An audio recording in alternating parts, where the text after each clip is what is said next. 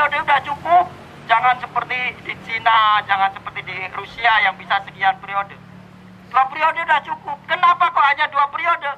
Supaya kalau korupsi nanti sudah nggak menjabat lagi bisa diusut. Tapi kalau menjabat terus ya nggak bisa diusut. Kalau masih jabat, siapa yang bisa ngusut? Yang mau ngusut ditangkap. Jadi kenapa hanya 2 periode? Supaya kalau korupsi nanti kalau sudah nggak menjabat bisa diusut.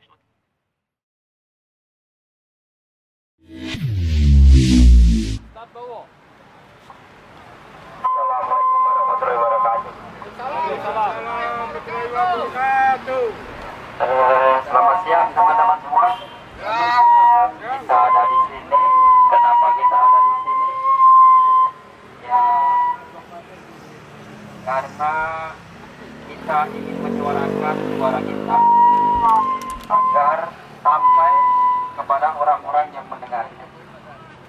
Saya sedikit mau mengkritisi kebijakan pemerintah saat ini, di mana bagaimana bisa ketika si presiden ingin menjadikan anaknya yang belum berusia 40 tahun jadi wakil presiden dengan cara merubah undang-undang tata cara pencalonan wapres, usianya diturunkan. Begitu juga ketika ingin mencalonkan Kaisang menjadi cagup DKI, undang-undangnya yang semula usianya sekian diturunkan menjadi 30 tahun. Untung si Kaisang itu lahirnya bulan Desember sehingga nggak bisa nyalon. Jadi yang baca KTP-nya kurang teliti, hanya baca tahunnya saja. Di tahun ini dia usianya 30 tahun. Padahal Desember ternyata salah baca itu MK-nya, sehingga tidak bisa mencalonkan. Makanya mau dirubah oleh DPR agar si Kaisang bisa mencalonkan. Alangkah tidak bagusnya seorang presiden yang membuat peraturan supaya anaknya di usia sekian jadi pejabat bisa. Coba kalau nanti presiden yang akan datang, anaknya baru berusia 10 tahun, akhirnya dia membuat MK, membuat aturan untuk calon bupati usia 10 tahun boleh. Apa nggak parah gitu? Atau anaknya baru SMP, tiba-tiba terjadi pemilihan gubernur, akhirnya si presiden tadi menekan pihak MK juga pihak KPU untuk menerima pendaftaran calon gubernur itu usianya 15 tahun, karena si anak presiden baru berusia 15 tahun. Ini kan hancur semua undang-undang nanti. Jadi disinilah kenapa ketika seorang menjadi calon gubernur, menjadi calon bupati, menjadi calon wali kota, itu usianya minimal sekatakan 40 tahun. Supaya itu tadi, supaya tidak terjadi nepotisme yang geblas-belasan. Karena anaknya 15 tahun pengen jadi bupati, dibuat undang-undang. Wah, calon bupati 15 tahun boleh. MK yang menjadikan, didukung KPU. Hancur semua nanti. Kalau presiden-presiden yang akan datang membuat peraturan-peraturan begitu, bubar nanti negaranya. Jadi kerajaan lagi nanti. Di sini saya tidak setuju dengan sebuah kebijakan-kebijakan di mana presiden ataupun pejabat MK dan sebagainya membuat peraturan perubahan itu dalam tempo cepat untuk mengegolkan seseorang menjadi cagup, menjadi cawapres. Karena peraturan itu akan berlaku sepanjang sebelum peraturan itu dirubah. Jadi ketika peraturan itu belum dirubah, nanti di tahun-tahun berikutnya akan berjalan terus. Jadi ini bahayanya. Ketika seorang presiden bisa berubah, di mana cagup itu ketika anaknya usia 15 tahun jadi cawapres bisa gitu kan. Wah, peraturan menjadi cawapres cukup 15 tahun udah bisa. Kacau nanti. Inilah perlunya sebuah batasan usia ketika seorang menjadi cawapres atau menjadi gubernur, paling nggak dia sudah punya pengalaman untuk memimpin sebuah departemen, untuk mengelola keuangan negara, untuk mengelola hal-hal yang sangat penting, mensejahterakan orang banyak. Karena ketika orang baru berusia 30 tahun, itu belum punya pengalaman apa-apa. Rata-rata belum punya pengalaman apa-apa. Karena apa? Baru memulai kerja rata-rata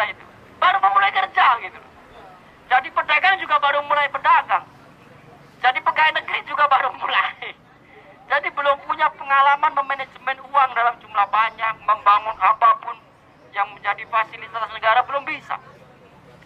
Disinilah perlunya pembatasan usia untuk calon bupati, calon gubernur, calon wali kota, calon wakil presiden.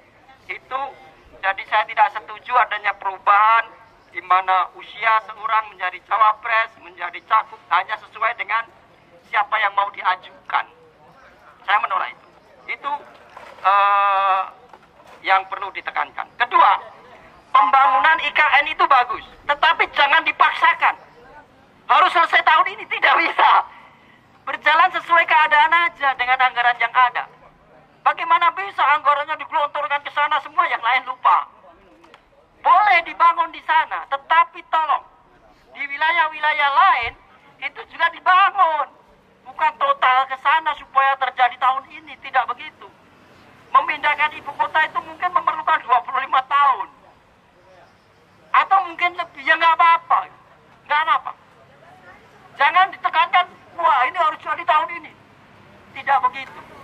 Karena keuangan dari kas negara kita tidak cukup. Kekayaan kita, kas negara kita tidak mencukupi untuk itu. Nah, terus selanjutnya, dulu ada wacana presiden 3 periode, saya menolak total itu. 2 periode udah cukup, jadi seorang presiden udah cukup. Udah cukup, karena kita semua ini bukan pejuang dari negeri ini. Yang berjuang untuk kemerdekaan negeri ini rata-rata sudah mati. Jadi kita itu cuma anak cucu yang menjaga negeri ini. Jangan mengklaim negeri ini punya saya. Saya yang berhak jadi pemimpin negeri selamanya, enggak. Kita ini hanya anak cucu dari para pejuang. Tidak berhak mengklaim pendiri negeri ini. Gitu. Jadi presiden 2 periode sudah cukup. Jangan seperti di Cina, jangan seperti di Rusia yang bisa sekian periode. 2 periode sudah cukup. Kenapa kok hanya 2 periode? Supaya kalau korupsi nanti sudah nggak menjabat lagi bisa diusut.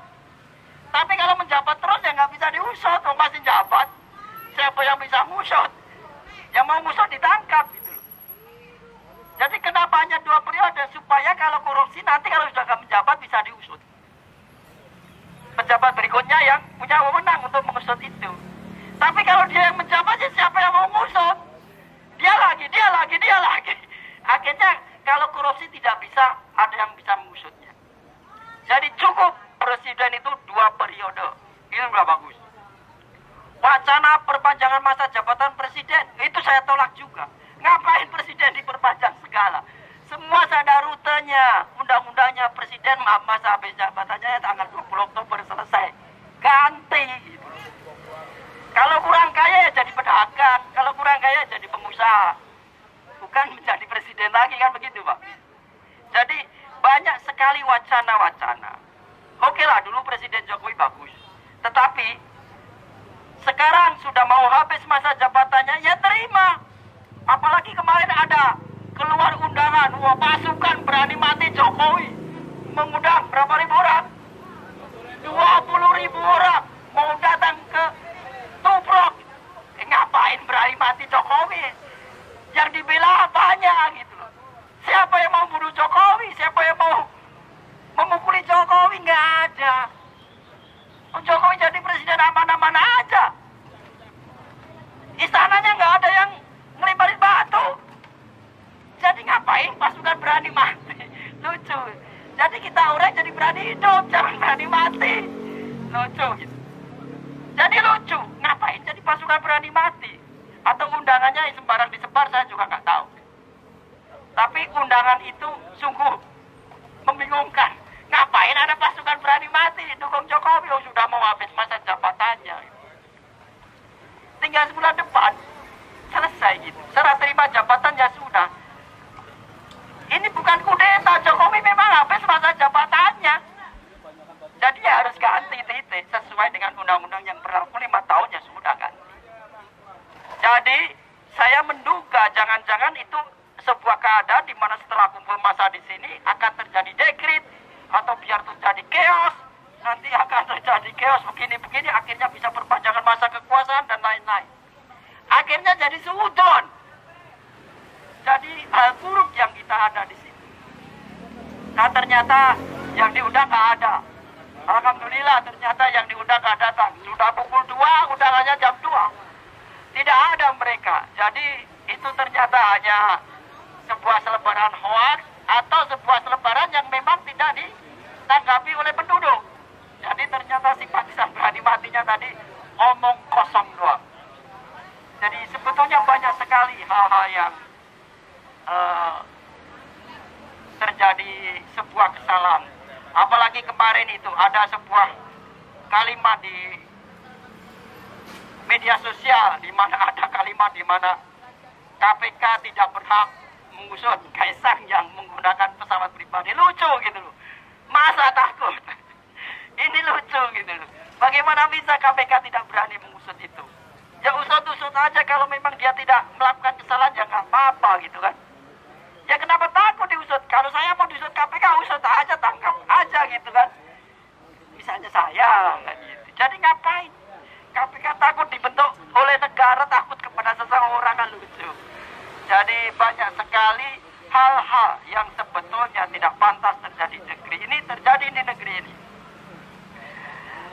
Kemarin masalah pemilu, Prabowo menang. Oke, Prabowo menang. Seharusnya di masing-masing kantor KPU itu ditempelkan berita pendapatan suara itu per lembar sampai dari daerah sampai tingkat pusat. Misalnya di Solo, di KPU daerahnya, ya kecamatan ini Ganjar dapat berapa, ini di seluruh Indonesia, sehingga penduduk dapat mengkoreksi sebetulnya suaranya si Gibran sama Prabowo segitu itu benar enggak? Lah kita nggak bisa koreksi, taunya cuma kesimpulan aja. Oh, Prabowo 50 sekian persen, Ganjar sekian persen, Anies sekian persen. Tetapi tidak ada laporan koran di mana kita disuruh percaya. Nggak usah pakai pemilu lah kalau gitu, dibuat aja kesimpulannya sekian gitu. Cuman memang sudah terjadi itu. Cuman ke depan, tolong setiap pemilu masing-masing KPU dibuatkan laporan koran lengkap. Daerah dapil mana dapat suara berapa, tidak harus lihat di internet per klik ya, susah gitu. Bagaimana seluruh Indonesia kita klik agak sampai ya waktunya. Itu. Terus juga kalau ada pengajuan komplain kepada hasil pemilu, jangan dibatasi waktunya hanya seminggu. Batasi ya 3 bulan supaya pengumpulan data dan fakta itu bisa lama, bisa lengkap. Mau komplain hasil pemilu, waktunya cuma 1 minggu atau 2 hari. Dapat berkas dari mana gitu? Ya paling nggak 3 bulan, pelantikannya hanya masih Oktober, ngapain komplainnya harus 2 hari? Komplainnya yang lama sehingga pengumpulan data tadi bisa akurat. Itu seperti itu. Ngapain? Bagaimana bisa hanya 2 hari ngumpulin data se-Indonesia? Ya nggak bisa gitu. Ini banyak sekali kelemahan dari undang-undang kita. Saya kira itu dulu. Terima kasih. Jika ada kata-kata yang salah, saya minta maaf. Apabila itu, wassalamualaikum warahmatullahi wabarakatuh.